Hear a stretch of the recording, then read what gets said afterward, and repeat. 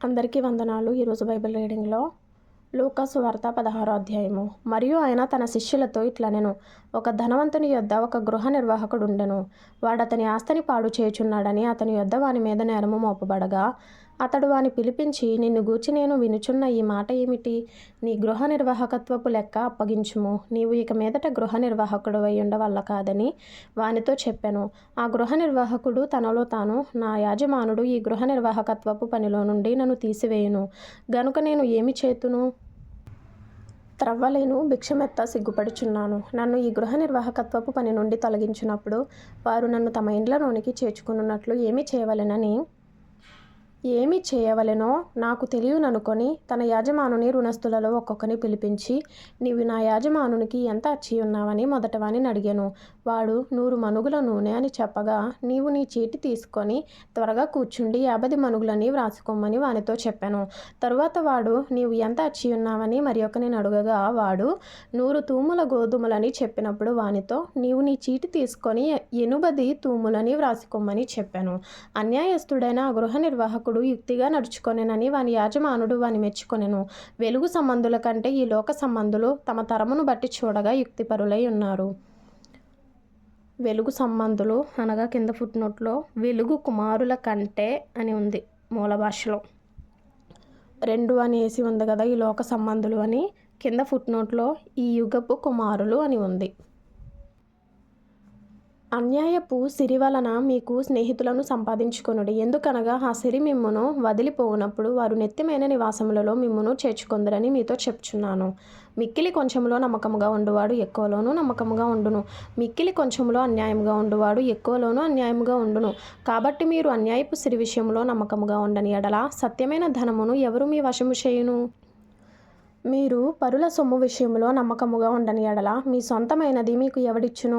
ఏ సేవకుడును 2 యాజమానులను సేవింపలేడు. వాడు ఒకని ద్వేషించి ఒకని ప్రేమించును, లేక ఒకని అనుసరించి ఒకని తృణీకరించును. మీరు దేవునిని సిరిని సేవింపలేరని చెప్పాను.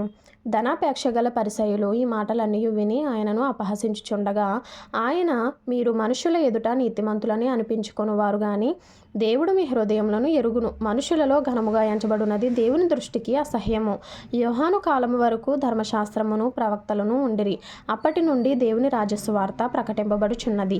ప్రతి వాడును ఆ రాజ్యములో బలవంతముగా జొరబడుచున్నాడు. ధర్మశాస్త్రంలో ఒక పొల్లైన తప్పిపోవుట కంటే ఆకాశమును భూమియు గతించిపోవుట సులభము. తన భార్యను విడనాడి మరి ఒకతను వివాహము చేసుకొను ప్రతివాడు వ్యభిచరించుచున్నాడు. భర్తను విడిచిన దానిని వివాహము చేసుకొనువాడు వ్యభిచరించుచున్నాడు.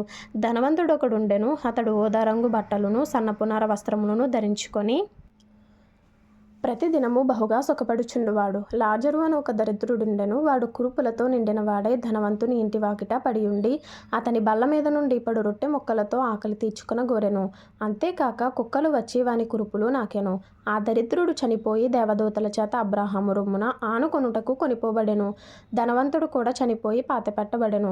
అప్పుడతడు పాతాళములో బాధపడుచు కన్నులెత్తి దూరము నుండి అబ్రాహామును అతని రొమ్మున ఆనుకొని ఉన్న లాజరును చూచి, తండ్రివైన అబ్రాహామా, నా యందు కనికరపడి తన వ్రేలికొనను నీళ్లలో ముంచి నా నాలుకను చలార్చుటకు లాజరును పంపుము. నేను అగ్ని జ్వాలలో యాతన పడుచున్నానని కేకలు వేసి చెప్పెను. అందుకు అబ్రాహాము, కుమారుడా, నీవు నీ జీవిత కాలమందు నీకు ఇష్టమైనట్టు సుఖము అనుభవించితివి. అలాగుననే లాజరు కష్టము అనుభవించినని జ్ఞాపకము చేసుకొనుము. ఇప్పుడైతే వాడు ఇక్కడ నెమ్మది పొందుచున్నాడు, నీవు యాతన పడుచున్నావు.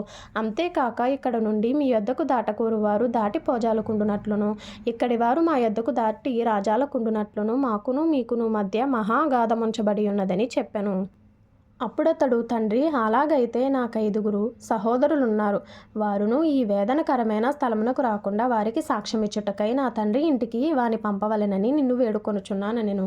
అందుకు అబ్రాహాము, వారి యొద్ద మోషేయు ప్రవక్తలను ఉన్నారు, వారి మాటలు వినవలెనని అతనితో చెప్పగా, అతడు, తండ్రివైన అబ్రాహామా, అలాగు అనవద్దు. మృతులలో నుండి ఒకడు వారి యొద్దకు వెళ్ళిన ఎడల వారు మారు మనస్సు పొందుదురని చెప్పెను.